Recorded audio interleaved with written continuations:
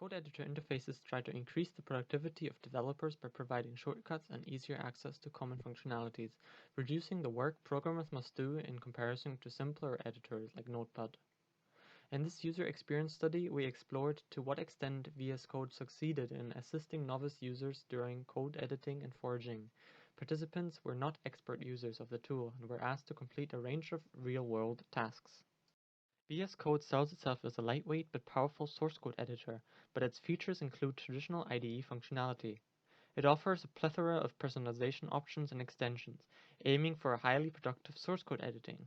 IDEs are traditionally difficult to learn and use.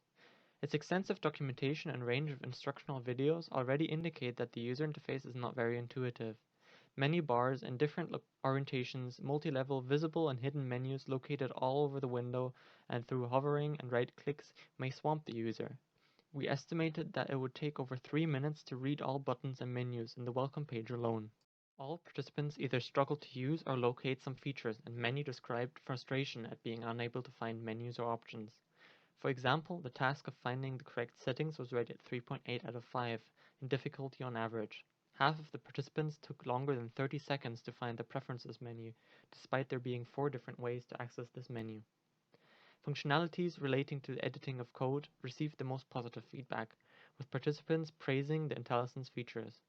We conclude that VS Code succeeds in creating a powerful code editor IDE hybrid that can be used by both novice and expert users. However, ease of use is forfeited in favor of customizability. Untrained users were not able to make full use of features due to a crowded interface and poor learnability. In our report, we discuss further on how VS Code's open source nature and functionality-centered design may have contributed to this.